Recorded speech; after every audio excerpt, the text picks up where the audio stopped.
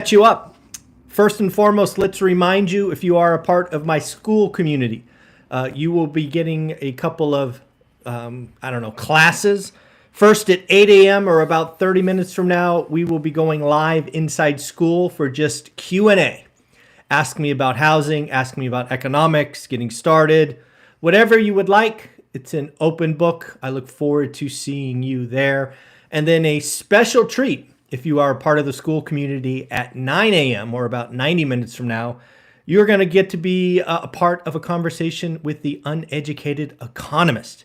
Yes, folks, Simon in his car with his dice will be speaking and interacting with the Skool community. So I look forward to bringing that to you. Let's talk about the economic news of the week. Let's start on Monday. And unfortunately, Monday and Tuesday are all about the Fed. More specifically about the Fed presidents. Yes, in the span of 48 hours, Monday and Tuesday, we will get seven Fed speeches. And I'll be looking for a couple of things. One, will we start to see some Fed presidents take victory laps? What might that look like? Well, they're going to be less hawkish. They're going to talk about the trend. They'll talk about the second half being better than the first half. And really what we might see by the end of Tuesday, rates go even lower. Now, it is possible that the Fed surprises all of us and talks hawkish.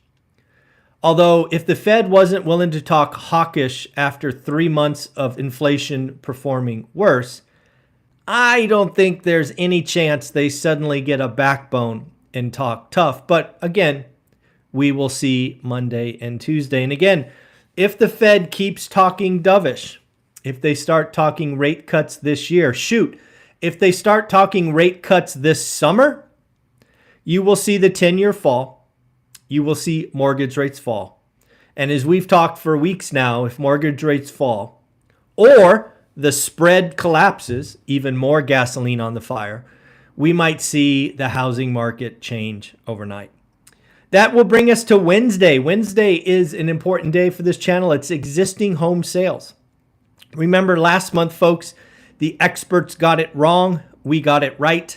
The experts this month, last month was 4.21. Experts are calling for a slight downtick to 4.19. I will once again take the over. I do not think the powers that be watching this market understand that buyers are going on tilt. We've had buyers shopping for 2 years now. And at some point, you've just got to say yes.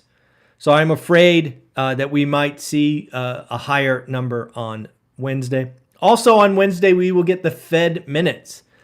I'm going to be pretty interested in these Fed minutes. Usually they're pretty boring. They're nothing burger.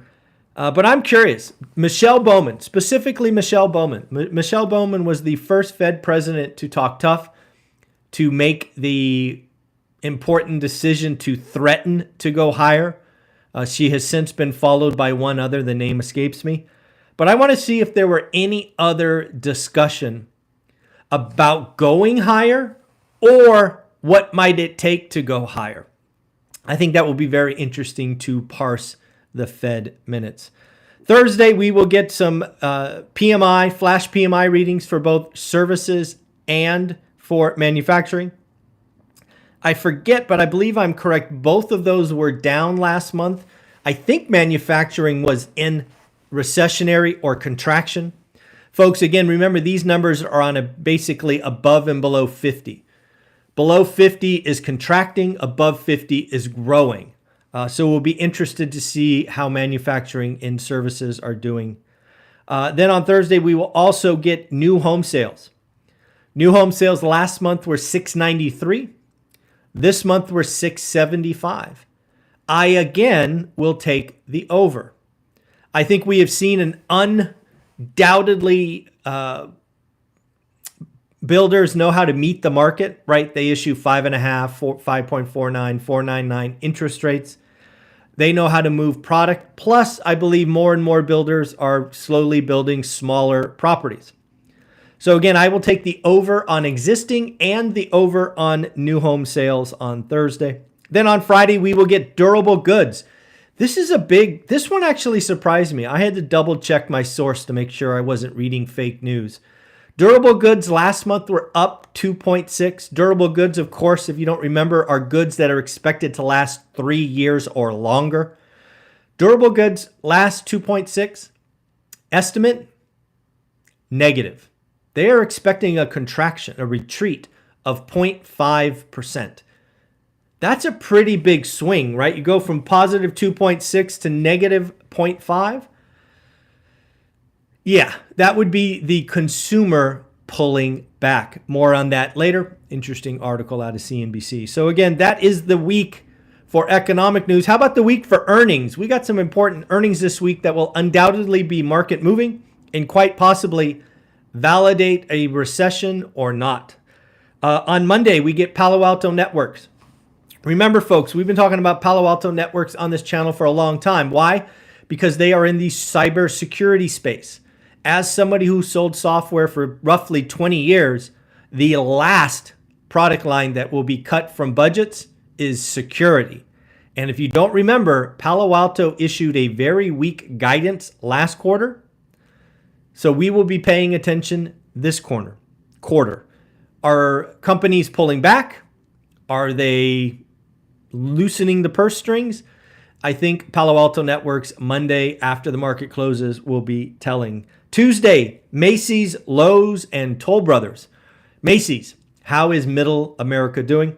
Lowe's, are we going to get validation from Home Depot that we're pulling back on big spend? And then Toll Brothers. Toll Brothers is a higher end builder. Are they still moving product? Are the rich still rich? Are the rich pulling back? What is going on with Toll Brothers? Wednesday, we will get Target, Nvidia, and Petco. Again, Target, what is going on with Middle America?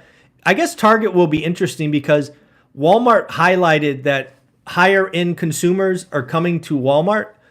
So I'm curious, is Walmart's win Target's loss? We will find out on Wednesday. Nvidia will undoubtedly be market moving. Is the AI boom still growing? Can they still not make enough chips? We will know on Wednesday after the close. And then Petco. Petco was one of those darlings during the pandemic. What is going on with our pets and the like? And then on Thursday, we will get Ralph Lauren, TD Banks, and Ross Stores. Ralph Lauren, kind of a higher end retailer. Have they gone the way of Lululemon? Ross Stores.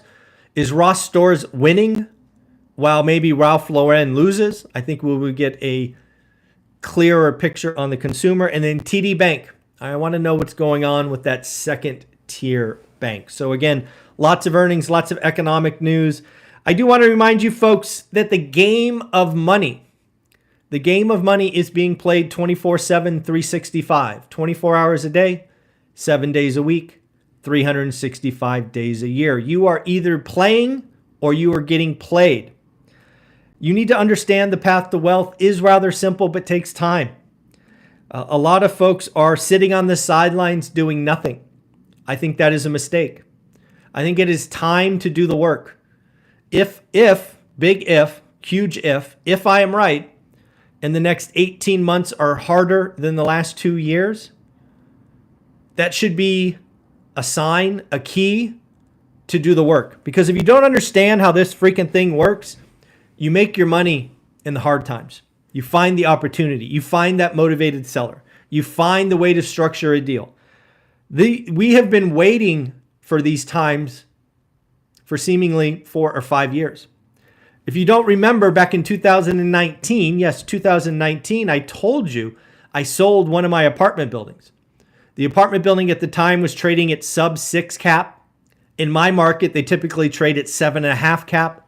I thought it was overvalued. Now, in hindsight, that building went down to sub 5, so I left some money on the table, but it was the right move. I believe what's coming up is a chance to go back in and buy buildings like that at an 8, 9, maybe a 10 cap, because the music stopped. We talked with Jonathan Twombly last week about what is going on in the commercial market, and there is truly some deals coming down the line. We once again see Grant Cardone buying buildings cash.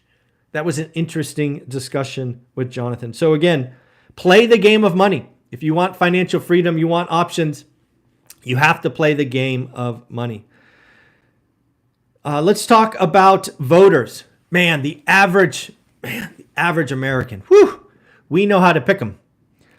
So about 5,000 American voters were given a list of things about how to fix housing. How to fix housing. And what was interesting was the most common and the least common. I don't know why. I shouldn't be shocked, but I am shocked.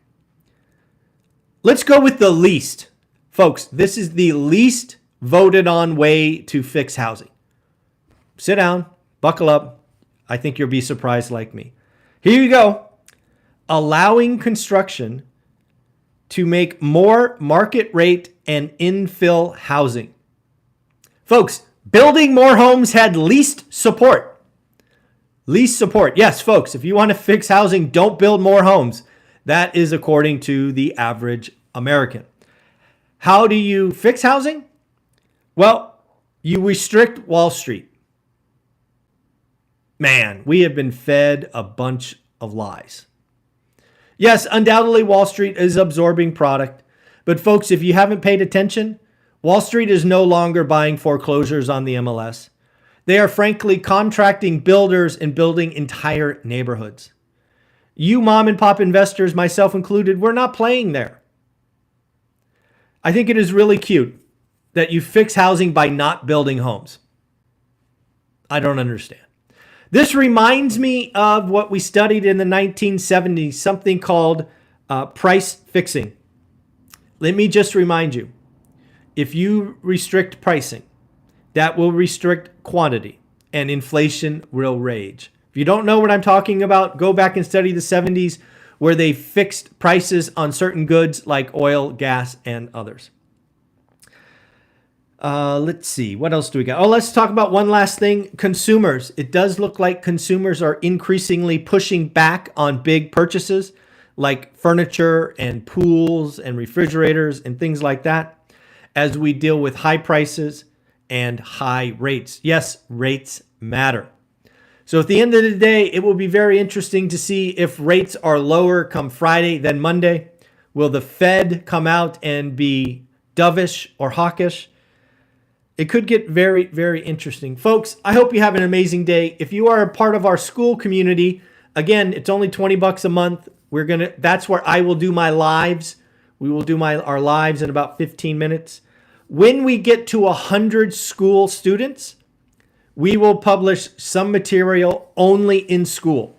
Until then, we will continually post all videos on YouTube. But yes, folks, we are at 23 or 24 as of this morning. Once we get to 100, you will see some video, some content from your millionaires.